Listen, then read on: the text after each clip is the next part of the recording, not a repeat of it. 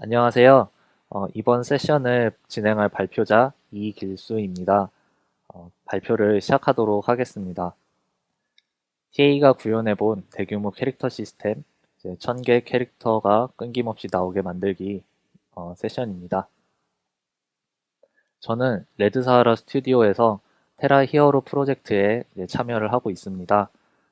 현재 테크니컬 아티스트 업무를 담당하고 있습니다. 세션은 이렇게 준비했습니다. 1번, 간단히 최종 구현된 결과물을 시연하겠습니다. 2번, 언리얼 엔진 공식 문서에 나와 있는 대로 만들어보고 이렇게 만들면 1000개를 스폰을 했을 때 얼마나 렉이 걸리는지 한번 보겠습니다. 3번, C++ 코드를 최적화해서 이제 더 빠르게 만들겠습니다. 4번, 스켈레탈 메쉬보다 더 가벼운 애니메이션 리소스를 만들겠습니다. 5번, 리소스를 좀 더 개선해서 캐릭터의 기능을 할 수 있게 만듭니다. 6번, 나이아가라 이펙트를 붙이고 재생하는 방법입니다. 7번, 여기까지 만든 캐릭터 시스템의 단점과 어디까지 구현이 가능한지 그 한계들을 알아봅니다. 제목에 TA가 구현해본 이라는 표현은 내용 중에 코드가 많이 나오기 때문에 넣은 것입니다. 혹시 예상하지 못했거나 갑자기 코드가 나오면 이제 당황을 하실 수도 있을 것 같아서 미리 말씀드립니다. C++를 잘 모르시면 많이 어렵게 느껴지실 수도 있을 것 같은데요. 그래서 코드만 계속 설명하지 않고 중간중간에 코드가 어떻게 작동하는지 시각화를 해서 보여드리는 식으로 최대한 지루하지 않게 준비했습니다. 세션의 주제는 캐릭터를 최대한 아름답게 만드는 것이 아니라 좀 수단과 방법을 가리지 않고 이제 많이 나오게 만드는 것이기 때문에 프로그래밍이나 아트식으로 구분하기보다는 캐릭터가 더 많이 나오게 하기 위해서 이런 방법들을 이제 사용했다는 개념으로 봐주시면 감사하겠습니다. 네, 주제는 1000개의 캐릭터가 나와서 이제 간단히 역할을 수행하는 동안 초당 60프레임을 유지하는 것입니다. 먼저 결과물을 간단히 보여드리겠습니다. 지금 보시는 화면은 윈도우 64비트로 빌드한 버전입니다. 네, 쉬핑 버전으로 패키징 하는데 전혀 문제가 없었습니다. 네, 액터를 한번 스폰을 해보겠습니다. 여기 노란색으로 표시된 숫자가 그 액터의 개수입니다.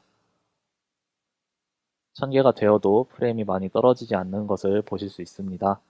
이제 오른쪽에 녹색으로 초당 프레임이 표시되고 있습니다. 네, 그러면은 액터를 좀 더 가까이 보겠습니다.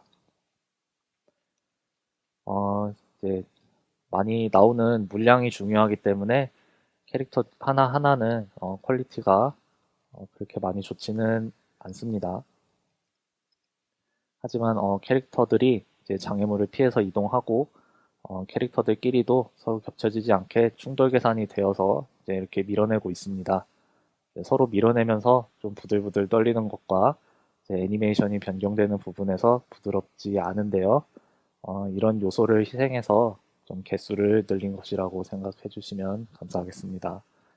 더 많은 기능을 넣으면 훨씬 부드럽게 충돌 처리가 되고 애니메이션도 부드럽게 할 수 있지만 스폰 가능한 최대 캐릭터 개수는 좀 줄어들 것입니다. 지금 빨간색 트윈 블래스트 캐릭터가 파란색 캐릭터를 이기고 있는데요. 캐릭터마다 이동 속도, 사정거리, 공격력을 다르게 설정해서 빨간색 캐릭터가 이기게 좀 설정을 해놨습니다. 그러면은 이런 레벨 말고 이제 다른 레벨을 한번 보시겠습니다.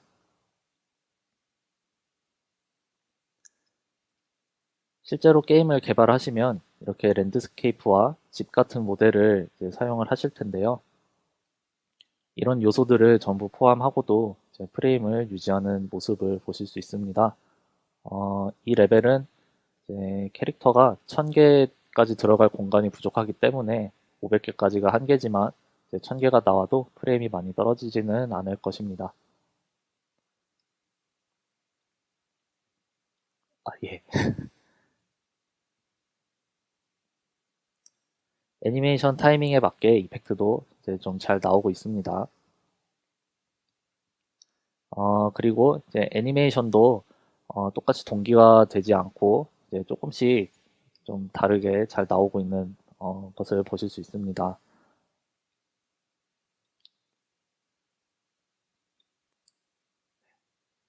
그러면은 네, 이렇게 구현된 결과물을 보셨는데요.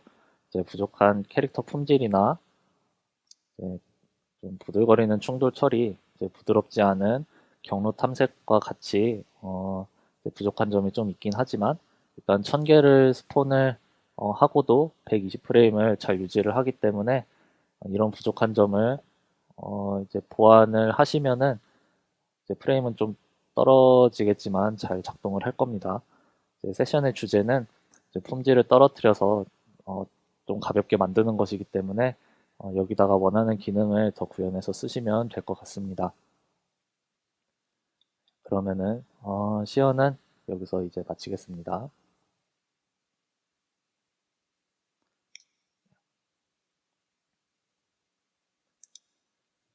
처음에는 언리얼 엔진 4의 공식 문서에 나온 방식으로 한번 구현을 해봤습니다. 결과는 목표치인 초당 60프레임은 좀 근처에도 가지 못했고요. 200개 정도 수준에서 간신히 초당 40프레임을 유지를 했습니다. 네. 스켈레탈 메쉬는 굉장히 좀 무겁습니다. 스켈레탈 메쉬는 그냥 스폰 해놓고 아무것도 안 해도 프레임이 많이 떨어집니다. 네. 이것도 실제로 한번 스폰을 해보겠습니다. 네. 스켈레탈 메쉬 캐릭터 1000개를 스폰한 모습인데요. 이제 오른쪽에 프레임을 보시면 120프레임에서 80프레임 정도로 프레임이 많이 떨어집니다. 이제 반면 스태틱 메쉬를 스폰하면 프레임이 전혀 떨어지지 않는 것을 보실 수 있습니다.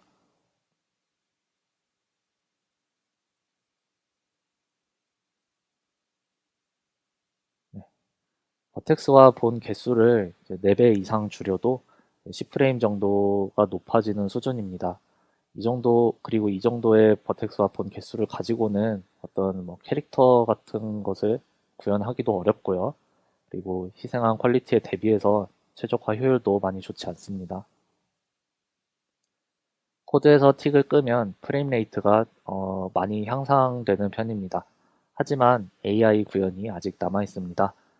이 상태에서 캐릭터가 간단한 역할을 수행하도록 구현하면 초당 4프레임이 나오게 됩니다. 결과적으로 스켈레탈 메쉬에서 50프레임, 코드에서 50프레임을 떨어뜨립니다. 보편적인 방식으로는 1000개를 초당 60프레임으로 업데이트하는 것이 좀 많이 어려워 보입니다. 네. 그러면 목표를 달성하기 위해서 먼저 C++로 더 가벼운 캐릭터 시스템을 만들어 보겠습니다. 객체를 필요한 만큼만 생성하고 틱 함수 호출 또한 필요한 만큼만 합니다. 그리고 스폰 디스트로이 함수 사용도 필요한 만큼만 하고요. 마지막으로 경로 탐색을 비동기 연산으로 처리해서 이제 실행할 때마다 프레임이 떨어지는 것을 최적화해 보겠습니다. 한 개의 컨트롤러 클래스가 모든 액터 클래스를 통제하는 방식으로 만들었습니다. 언리얼 엔진 공식 문서대로 하면 폰 클래스에 AI 컨트롤러 클래스가 하나씩 짝을 이루는 식으로 되어 있기 때문에 1000개의 액터를 스폰하게 되면 2000개의 객체가 생성됩니다. 객체를 생성하고 아무것도 하지 않으면 프레임에 크게 영향을 주지 않지만 이제 아무것도 하지 않는데 만들 필요는 없겠죠. 캐릭터 메쉬와 애니메이션이 나오게 하는 데는 액터 클래스만 있으면 됩니다. 하지만 액터가 움직이고 서로 싸우는 기능이 필요하기 때문에 이 기능들을 구현할 클래스를 딱 하나만 생성을 했습니다. 그림에서는 컨트롤러라고 돼 있는데 이제 매니저라고 해도 되고 원하시는 이름을 사용하시면 됩니다. 이 세션에서는 컨트롤러라는 이름으로 진행을 하겠습니다. 액터는 틱을 실행하지 않습니다. 오직 컨트롤러 클래스만 틱을 실행합니다. 컨트롤러 클래스가 모든 액터에 접근해서 일일이 업데이트 함수를 실행하는 방식으로 만들었습니다. 이렇게 하면 특정 액터만 선택적으로 업데이트가 가능하고 업데이트 주기도 쉽게 통제할 수 있습니다. 틱 인터벌은 몇 초 간격으로 틱을 실행할 것인지를 정해줍니다. 화면에 보시는 것과 같이 이를 30으로 나눈 값으로 설정을 하면 실제로는 초당 120프레임이어도 초당 30프레임에 해당하는 주기로 틱이 실행됩니다. 그림에서 가장 왼쪽은 틱 인터벌을 설정하지 않아서 프레임마다 틱이 실행되므로 가장 부드럽게 업데이트되고 있습니다. 하지만 가장 무겁겠죠. 중간은 초당 15프레임, 오른쪽은 초당 5프레임의 주기로 틱이 실행되고 있는 모습입니다. 함수의 호출 횟수가 더 적으면 캐릭터의 애니메이션은 끊겨 보일 수 있지만 전체적인 프레임 레이트는 높아지는 효과가 있습니다. 틱 인터벌은 초당 30프레임 주기로 설정했을 때 끊김이 느껴지지 않으면서 프레임 레이트가 많이 향상되었습니다.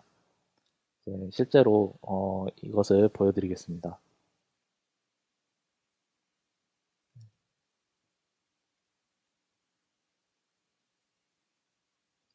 보시면 앞서 설명한 것과 같이 틱 인터벌은 틱 함수의 호출의 주기를 변경해서 프레임마다 틱 함수가 실행되지 않게 합니다. 그래서 오른쪽에 보시는 것은 5프레임에 해당하는 주기로 실행이 돼서 굉장히 이제 끊겨 보이게 됩니다.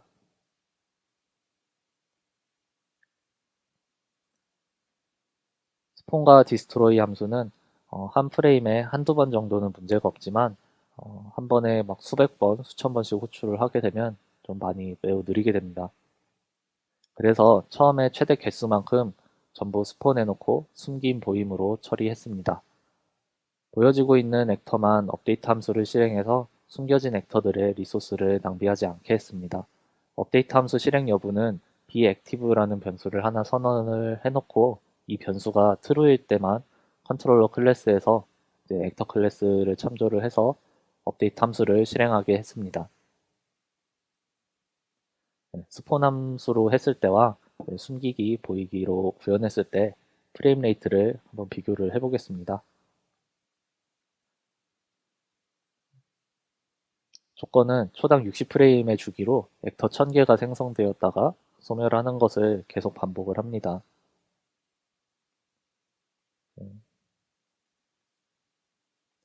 스폰 디스트로이는 실행을 하게 되면 프레임 레이트가 많이 떨어지는 것을 보실 수가 있습니다. 120프레임에서 30프레임으로 많이 떨어집니다. 하지만 반면에 미리 스폰을 해두고 숨긴 보임으로만 바꿔주는 방식은 이제 프레임이 전혀 떨어지지 않습니다.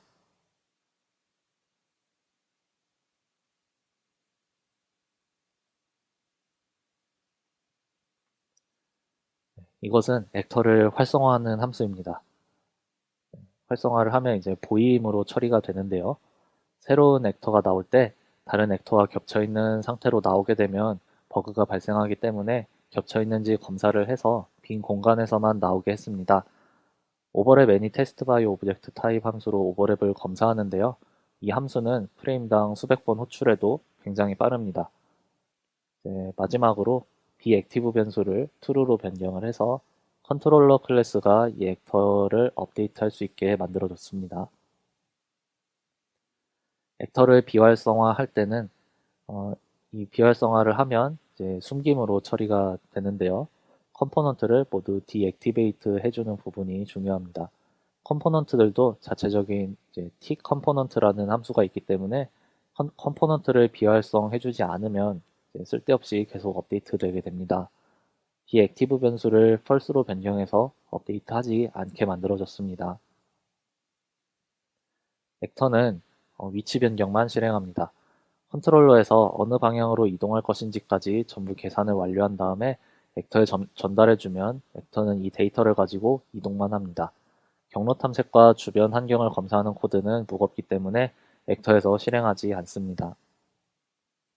프리미티브 컴포넌트의 제너레이트 오버랩 이벤트는 기본값으로 활성화가 되어 있는데요. 이 옵션이 활성화되어 있으면 트랜스폼을 변경할 때 프레임이 많이 떨어집니다. 루트 컴포넌트에 부착된 모든 컴포넌트가 모두 영향을 미치기 때문에 전부 비활성해주는 게 중요합니다. 그림은 켰을 때와 껐을 때 초당 프레임 수를 캡처한 것입니다. 오버랩 처리가 필요할 때는 월드 클래스의 오버랩 멀티 함수를 사용하거나 단순히 오버랩 여부만 필요하다면 오버랩 애니 테스트 함수를 사용하시는 게 좋습니다. 실제로 오버랩 이벤트의 퍼포먼스를 한번 보여드리겠습니다. 1000개의 액터를 스폰해서 이제 위치를 변경을 하고 있는데요. 이제 루트 컴포넌트와 메쉬 컴포넌트 모두 오버랩 이벤트가 활성화가 되어 있을 때는 이렇게 프레임이 좀 내려갑니다. 120프레임에서 110 몇 프레임으로 내려가죠. 하지만 오버랩 이벤트를 비활성화하면은 프레임이 전혀 떨어지지 않습니다.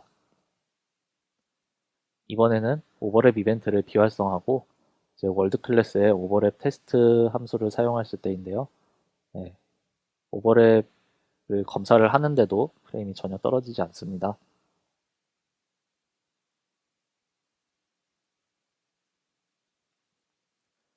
경로 탐색 같은 무거운 기능은 fRunable 클래스를 상속받아서 비동기로 계산합니다. fRunable의 run 함수에서 호출하는 코드들은 비동기 호출이 되는데요. 문제는 이 run 함수를 사용하려면 fRunable 객체를 생성하는데 스폰 액터나 new 오브젝트를 사용하지 않고 다른 방법을 사용해야 합니다. 먼저 fRunable 클래스에 이런 포인터 두 개를 선언을 합니다.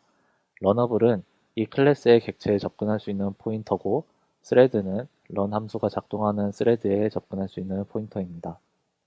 스타트 스레드라는 함수를 만들었습니다. 스레드를 생성하기 전에 프로그램을 실행하고 있는 CPU에서 멀티스레딩이 가능한지 확인하고 그리고 이미 런어블이 생성되어 있는지 검사를 해서 추가로 여러 개의 스레드가 생성되지 않게 합니다. 매개 변수를 통해서 경로 탐색에 사용할 노드를 입력받아서 실제로 스레드를 생성할 함수로 전달합니다. 이런 식으로 원하는 데이터를 자유롭게 전달할 수 있습니다. 조건이 만족하면 new를 사용해서 fRunable 클래스의 객체를 생성합니다. 생성된 객체는 runnable 포인터 변수에 넣어줍니다. 이 시점부터 runnable을 참조하면 이 객체에 접근할 수 있습니다. 스레드 생성은 fRunable 클래스의 생성자에서 fRunable의 객체가 생성될 때 같이 스레드를 생성해주고 있습니다. create 함수가 스레드를 생성해주는 함수입니다. 스레드가 생성되면 run 함수를 호출하기 시작합니다. 이제 run 함수를 구현해 주겠습니다. stop task counter는 run 함수 호출을 중단할 수 있는 장치입니다. run 함수를 보시면 stop task counter의 value가 0인 경우에 while로 무한 반복되는 상태입니다. stop 함수는 이 value를 1로 만들어줘서 while 루프를 탈출하게 만듭니다.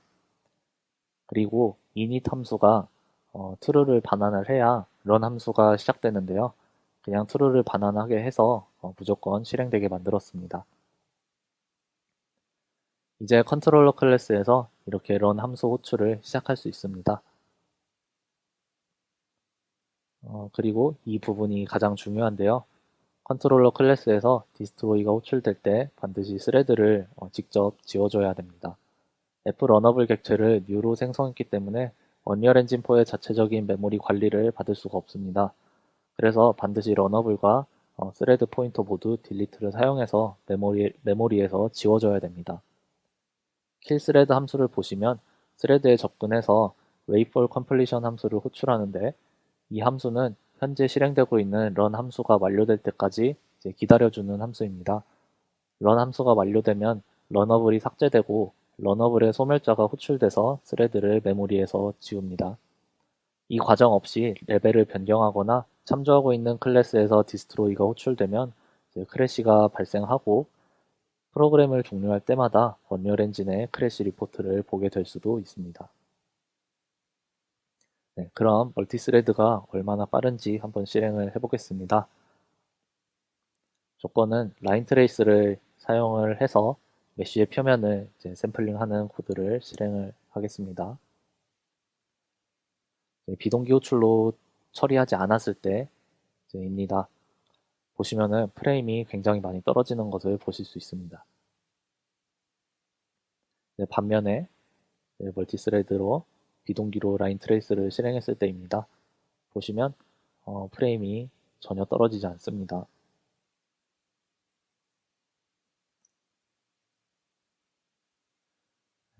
컨트롤러 클래스에서 F러너블 클래스로 데이터를 줄 때 구조체에 담아서 전달했습니다. 이렇게 구조체를 사용하지 않으면 값을 주고받는 함수의 구현이 많이 복잡해집니다. 이것은 벡터 타입을 사용하는 이유와 같은데요. 벡터의 xyz가 벡터라는 타입으로 묶여있지 않은 상태에서는 벡터를 계산하거나 값을 전달하는 게 힘들어지는 것과 같은 개념입니다. 또 한 가지 중요한 것은 스레드에 액터 포인터를 넘겨줄 때 반드시 컨스트를 붙여서 값을 변경하지 못하게 해야 합니다. 메인 스레드가 아닌 데서 액터의 값을 변경하면 예측할 수 없는 랜덤 값이 들어가서 버그가 발생하고 크래시가 발생할 가능성이 좀 더 높아집니다. 경로 탐색은 A스타로 구현했습니다. A스타는 경로를 탐색해서 길 찾기를 해주는 알고리즘인데요. A스타에 필요한 노드들은 네비메시로부터 추출을 했습니다. 네비메시에서 노드 정보는 fnav폴리 구조체로 저장이 되어 있고 fnav폴리의 센터 변수가 위치 값입니다. A스타로 경로를 찾으려면 이웃 노드가 필요합니다. 이웃 노드는 현재 가리키는 노드와 연결된 가장 가까운 노드인데요. getPolyNeighbors 함수는 request navmesh에서 이웃 노드를 찾아줍니다. 모든 노드에 대해서 이웃 노드를 찾아서 배열로 저장했습니다.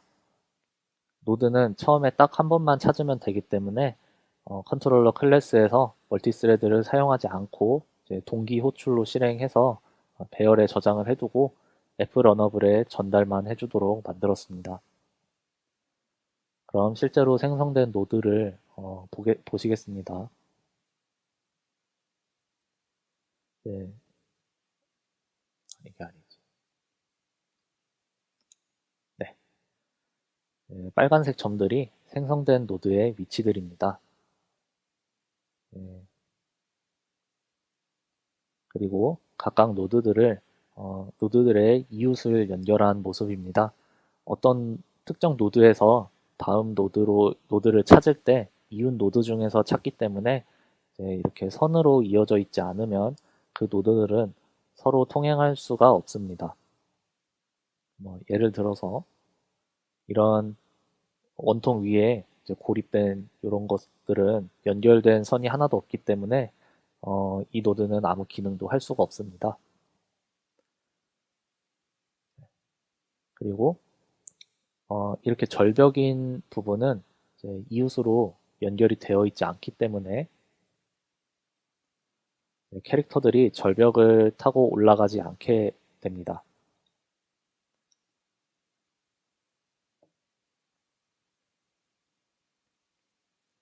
경로 탐색은 A스타 알고리즘을 넣는 부분인데요. 경로를 탐색하는 함수들은 좀 느리기 때문에 F러너블에서 비동기 호출로 실행합니다. getClosestNode 함수는 시작 위치와 끝 위치가 노드의 위치와 정확히 일치하지 않기 때문에 가장 가까운 노드를 찾아주는 함수입니다. getClosestNode 함수의 구현입니다. 거리를 비교해서 가장 가까운 노드를 찾아주는 기능만 하고 있습니다. 그리고 이게 A스타 알고리즘의 구현인데요. 세션의 주제가 길찾기 알고리즘을 구현하는 것은 아니기 때문에 A스타에 대해서는 구체적으로 설명을 하지 않겠습니다. 인터넷에 검색하면 많이 나오는데요. 앞서 설명한 이제 노드 데이터들을 잘 입력만 해주면 잘 작동을 할 것입니다. 지금 화면에 보시는 코드를 이제 실행해서 잘 작동하는지만 보고 넘어가겠습니다.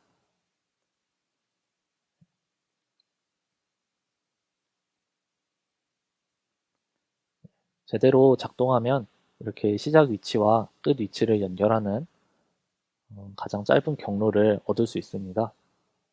보시면은 여러 번 실행해도 잘 작동하는 것을 보실 수 있습니다.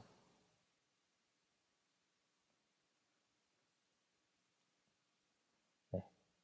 액터가 적을 만났을 때를 처리하는 부분입니다. 경로를 탐색하기 전에 공격 가능한 적이 있는지 검사를 해서 가능한 적이 있으면 경로를 탐색하지 않고 그 대상을 공격하게 만들었습니다. 모든 액터는 모든 액터를 전부 검사를 하는데요. 사정거리 안에 있고 사정거리 안에 있는 액터들이 장애물에 가려져 있지 않으면 그 액터를 후보로 선택을 합니다. 이렇게 후보로 선택된 액터는 애니메이션에서 노란색으로 표시된 액터이고요. 모든 액터들을 전부 다 검사를 했을 때 마지막 후보로 지정된 액터를 최종 공격 대상으로 결정하게 됩니다.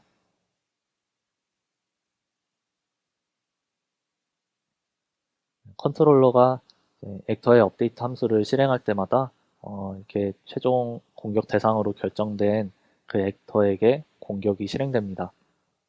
공격 가능한 액터를 찾는 것은 비동기 호출로 검사를 하지만 한번 공격이 시작이 되었을 때는 대상이 죽었는지 그리고 사정거리를 벗어났는지 같은 것은 동기 호출로 검사를 해야 됩니다. 비동기 호출은 언제 실행이 끝날지 보장되지 않기 때문에 이런 대상이 죽었는지 같은 것을 검사하는 것을 비동기 호출로 처리를 하게 되면 버그가 발생할 수 있습니다. 충돌 검사도 동기 호출로 실행을 해야 됩니다. 라인 트레이스나 오버랩 이벤트는 엄청 느리기 때문에 수입 싱글 바이 오브젝트 타입 함수를 사용했습니다. 이 함수는 메인 스레드에서 호출해도 느리지 않습니다. 충돌 검사를 비동기 호출로 실행하게 되면 아까와 마찬가지로 현재 액터의 위치와 계산이 완료된 시점의 액터 위치가 다르기 때문에 한번 겹치기 시작하면 겹친 상태를 해결하기가 어렵습니다. 레벨에 나와서 보여질 캐릭터 메쉬와 애니메이션을 만드는 과정을 설명하겠습니다. 후디니를 사용해서 스켈레탈 메쉬를 사용하지 않고 애니메이션을 구현하는 방법입니다. 기존의 방식대로 스켈레탈 메쉬와 애니메이션을 그대로 만드시면 되고요. 그 다음에 이 소스로부터 메쉬와 애니메이션 정보를 텍스처에 베이킹하는 방식입니다. 저는 언리얼 엔진 4에 이미 임포트 되어 있는 마켓플레이스 어셋을 익스포트를 해서 사용했습니다. 익스포트 옵션입니다. LOD에 체크하면 모든 LOD가 익스포트 되고 체크하지 않으면 0번 LOD만 익스포트 됩니다. 콜리전은 필요가 없으니 익스포트 하지 않습니다. 익스포트 프리뷰 메쉬에 체크해야 메쉬가 익스포트 됩니다. 이제 이렇게 익스포트된 메쉬를 후디니에 임포트하고 스케일을 0.01로 설정합니다. 언리얼에서는 단위가 1cm이지만 후디니는 1m이기 때문입니다. 스케일을 설정하지 않으면 후디니에서 다시 언리얼 엔진으로 가져갔을 때 크기가 100배 크게 임포트됩니다. 바로 애니메이션만 베이크할 수 있습니다. 메쉬를 그대로 보존하면서 애니메이션만 생성됩니다. 후디니에 임포트한 스켈레탈 메쉬 노드를 열어보면 대부분은 본이고 메쉬에 해당하는 노드가 딱 하나 있는데요. 이 메쉬 노드 안에는 디폼이라는 노드가 있습니다. 이 노드가 보여지고 있는 메쉬의 최종 결과물입니다. VAT 노드에서 SOP 패스에 디폼 노드를 입력하고 임포트 하시면 됩니다. VAT 노드를 선택하고 속성 패널의 아래쪽을 보면 샘플 쉐이더 코드가 있습니다. 이 코드를 전부 선택하고 복사를 해서 언리얼 엔진의 머티리얼 함수에 붙여넣기 하면 그림과 같이 그래프가 나옵니다. 그런데 후디니에서 제공하는 그래프는 사용하지 않는 부분이 많고 텍스처 샘플도 줄일 수 있기 때문에 최적화하는 것을 강력히 권장드립니다. 어차피 변경하지 않을 파라미터는 상수로 만들고 사용하지 않는 요소를 모두 지우고 나면 이제 그림과 아래쪽 그림과 같이 훨씬 단순해집니다. 어떤 파라미터를 제거해야 하는지는 이제 익스포트된 제이슨 파일이나 후디니의 속성 패널에서 확인이 가능합니다. num of frames, 그리고 포스 맥스, 포스 민, 스피드를 제외하고는 모두 지워졌습니다. 이제 캐릭터에 적용할 머티리얼을 만들고 머티리얼 함수를 월드 포지션 옵셋과 커스텀 UV에 연결합니다. 나머지는 기존에 하시던 대로 똑같이 머티리얼을 만들면 됩니다. 좀 다르게 생각해보면 이미 만들어져 있는 머티리얼에도 월드 포지션 옵셋과 커스텀 UV만 적당히 연결해주면 VAT를 적용할 수 있습니다. 머티리얼 인스턴스를 생성하고 애니메이션 파라미터를 입력해줍니다. 애니메이션 파라미터는 익스포트된 제이슨 파일을 보시면 됩니다. 소수점까지 정확히 입력하셔야 됩니다. 마지막으로 적용할 메쉬에 Useful Precision UVS를 활성화합니다. 텍스처로 애니메이션을 구현했기 때문에 이제 항상 문제가 발생하는 것은 아니지만 애니메이션이 제대로 적용되지 않을 수 있습니다. Useful Precision UVS 옵션은 텍스처가 온전히 메쉬에 매핑될 수 있게 만들어줍니다. 파라미터를 정확히 잘 입력하면 보시는 것과 같이 이렇게 애니메이션이 실행이 됩니다. 하지만 이대로 사용하기에는 아직 좀 부족한 점이 몇 가지 있는데요. 애니메이션 재생에 사용되는 시간값이 모든 캐릭터에 똑같이 적용이 돼서 캐릭터의 애니메이션이 전부 똑같아지는 문제가 있습니다. 버텍스가 너무 많으면 LOD를 적용을 하셔야 될 수도 있고요. 소켓에 무기를 부착하는 것처럼 기존에 없는 메쉬를 붙여야 되는 상황도 많이 있을 겁니다. 네, 먼저 캐릭터의 애니메이션이 전부 똑같은 문제부터 보겠습니다. 애니메이션을 재생하는데 독립적인 값이 아니라 전부 같은 시간 값을 사용하기 때문에 모든 캐릭터의 애니메이션이 똑같아서 자연스럽지 않습니다. 입력되는 시간 값에 차이를 적용해서 캐릭터마다 애니메이션이 약간씩 달라지게 만들어 보겠습니다. 머티리얼 스칼라 파라미터 하나를 생성하고 커스텀 프리미티브 데이터를 활성화합니다.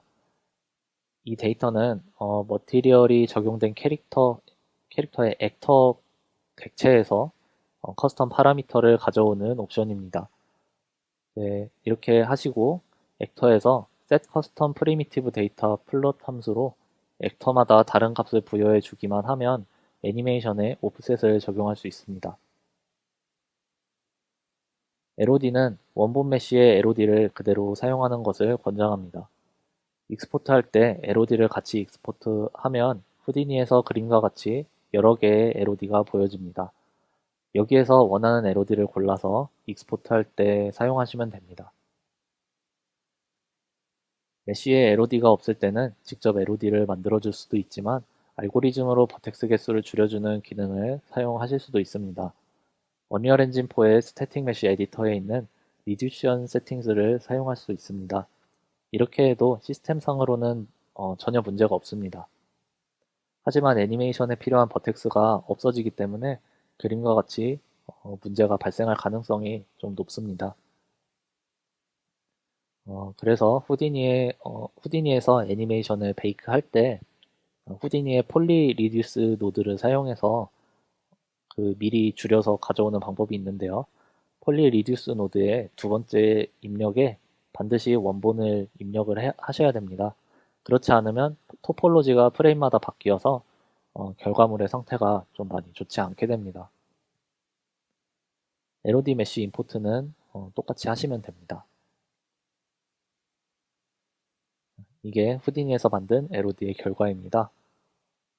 원본과 거의 차이가 없는 것을 보실 수 있습니다.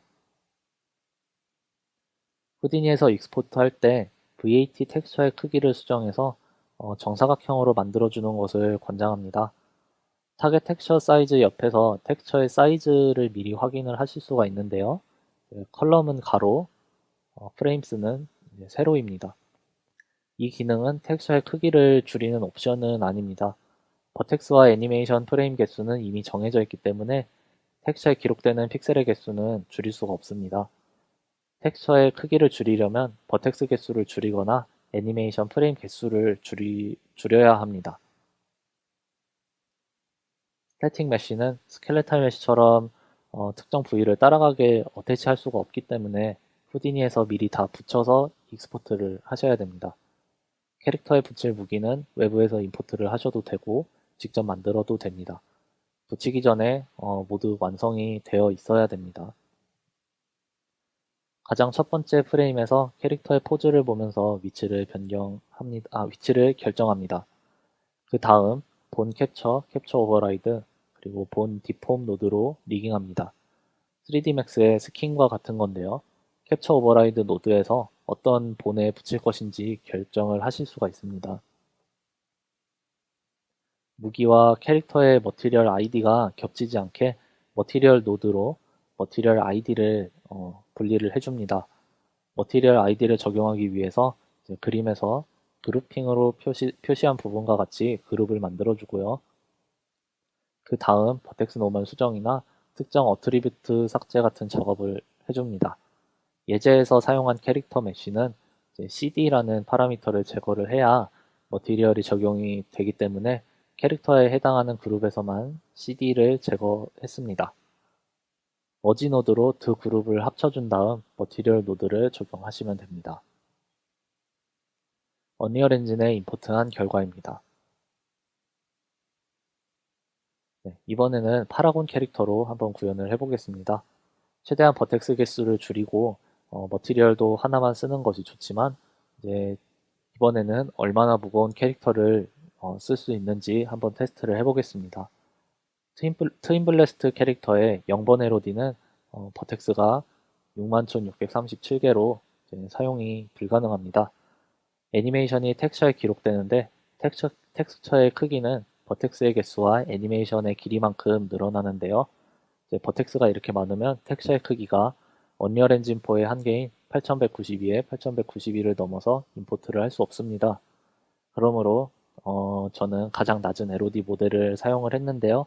그래도 버텍스 개수는 6657개로 적은 수준은 아닙니다.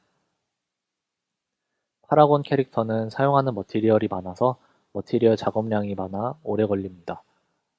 언리얼 엔진의 머티리얼 베이크 기능을 사용해서 개수를 줄일 수 있지만 지금은 최대한 사양이 높은 쪽으로 테스트하는 것이기 때문에 이대로 그냥 진행을 하겠습니다.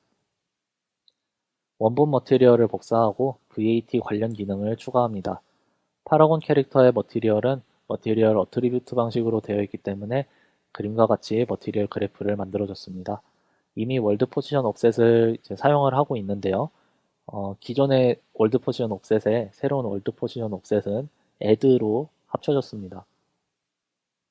VAT의 대부분 기능이 머티리얼 함수에 구현이 되어 있기 때문에 머티리얼마다 이 정도만 추가를 해주시면 됩니다.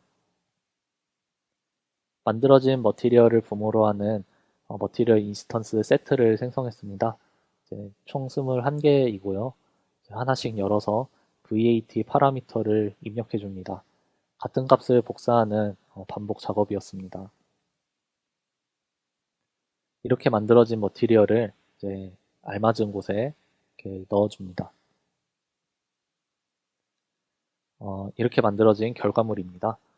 캐릭터 하나만 보면 낮은 LOD를 사용을 했기 때문에 품질이 많이 좋지는 않지만 이런 캐릭터가 수백 개 나오는 것임을 생각하면 많이 나쁘지는 않은 것 같습니다. 버텍스 6만 개를 기준으로 만들어진 머티리얼을 버텍스 6,000개로 줄인 모델에 넣은 것도 좀 품질이 안 좋아 보이는 이유인데요. 6,000개보다 훨씬 적은 버텍스 개수에서도 처음부터 잘 모델링하고 텍스처 매핑을 적당히 잘 하면 이것보다 훨씬 좋은 수준이 될 것입니다. 여기서 중요한 것은 버텍스가 약 6,500개, 2048에 2048 크기의 텍스처와 수십 개의 머티리얼을 사용을 해도 이 물량 시스템이 잘 작동한다는 것입니다. 이펙트는 스태틱 메쉬 소켓에 부착했습니다. 스켈레탈 메쉬처럼 손, 발 같은 특정 V를 따라가지는 않지만 이제 없는 것보다는 도움이 많이 됩니다. 네, 지금 보시는 것은 애니메이션 트랙을 구현한 것입니다. 애니메이션 프레임 개수, 재생 속도를 가지고 현재 언리얼 엔진에서 흐르고 있는 시간 값에 대응하는 애니메이션의 위치를 알 수 있습니다. 이렇게 구한 애니메이션의 위치를 가지고 이제 특정 시점에 어떤 이펙트를 재생을 해야 될지 결정합니다. 재생할 타이밍과 이펙트 정보는 나이아가라 시스템 트랙 배열에 저장했습니다. 나이아가라 시스템 트랙의 구현입니다. 재생할 프레임 위치와 부착할 본 이름, 그리고 재생할 나이아가라 시스템으로 구현이 되어 있습니다. 현재 재생 중인 애니메이션의 위치와 프레임에 입력한 프레임이 같을 때 어태치 본 네임에 입력한 이름으로 이제 스태틱 메시 소켓을 찾아서 이제 그 소켓 위치에 나이아가라 시스템을 스폰합니다. 빨간색으로 표시한 코드가 언리얼 엔진의 시간으로 재생 중인 애니메이션의 프레임 위치를 구하는 코드입니다. 나머지는 이렇게 구한 프레임 값으로 이 프레임에 재생할 이펙트가 있는지 검사해서 이제 있으면 재생을 해주는 코드입니다. 나이아가라 시스템은 두 가지 방식으로 스폰을 할 수가 있는데요. 캐스케이드에서 쓰던 스폰 이미터 함수와 같은 개념입니다. 단순히 특정 위치에 스폰만 해주는 함수와 스폰과 동시에 특정 본에 어태치 해주는 함수입니다. 상황에 따라 적절히 이제 선택을 해서 사용하시면 됩니다. 캐릭터가 많이 나오게 하기 위해서 퀄리티를 많이 희생을 했는데요. 이제 마지막으로 지금까지 설명한 시스템의 한계는 무엇이고 어떤 문제가 있는지 보겠습니다. 후디니를 사용해야 하는 게 큰 제약이 될 수 있습니다. 다행히도 후디니를 좀 엄청 높은 수준으로 사용을 해야 되는 것은 아닌 것 같습니다. 하지만 단순 임포트와 익스포트 말고는 뭔가 작업을 좀 해야 되기 때문에 괜찮은 결과물이 나오려면은 후디니를 좀 하셔야 됩니다. 그래서 후디니를 처음 사용하시는 분들께는 이 부분이 큰 장애물이 될 수 있을 것 같습니다. VAT 텍스처에 기록되는 데이터의 양은 버텍스 개수 곱하기 프레임 개수입니다. 텍스처는 무한대로 커질 수 없기 때문에 버텍스 개수를 줄이거나 프레임 개수를 줄여야 되는 제약이 좀 강제됩니다. 그래서 트윈블래스트 같이 버텍스 개수가 5만 개가 넘으면 사용할 수 있는 프레임은 좀 10프레임도 되지 않습니다. 단순히 사양이 높아지는 게 아니라 언리얼 엔진에 임포트 가능한 텍스처 크기에 한계가 있기 때문에 버텍스 개수와 프레임 개수의 제한은 강제됩니다. 애니메이션마다 독립된 머티리얼이 필요하기 때문에 작업량이 좀 엄청나게 많아지는 단점도 있습니다. 하지만 어차피 더 최적화하려면 머티리얼을 애니메이션당 딱 하나만 쓰는 게 가장 좋고요. 이제 머티리얼 안에서도 컬러 맵과 노멀 맵만 사용하는 식으로 복잡한 연산은 최대한 하지 않는 게 좋습니다. 캐릭터가 이렇게 많으면 그리고 거리가 가까울 필요도 없기 때문에 이제 캐릭터의 품질이 좋을 필요는 없는 것 같고요. 그래서 소수의 고품질 캐릭터를 좀 가까운 거리에서 보여주시려면 스켈레탈 메쉬를 사용하시는 게 좀 더 정답에 가깝습니다. 네, 애니메이션은 제약이 좀 가장 많은 부분입니다. VAT는 잔상이 발생해서 깔끔해 보이지 않습니다. 오른쪽에 보여지는 그림에서 위쪽이 VAT를 사용한 것인데 아래와 비교해보면 경계가 상대적으로 좀 많이 흐릿한 것을 보실 수 있습니다. 안티엘리어싱을 끄면 잔상이 많이 해소되지만 전체적으로 계단 현상이 심해지기 때문에 권장하지 않습니다. 그리고 한번 텍스처에 기록된 애니메이션은 언리얼 엔진 4에서는 재생만 가능합니다. 애니메이션 컨트롤은 모두 코드에서 해주셔야 되고요. 렉돌이나 클로스 같은 그런 기능도 없습니다.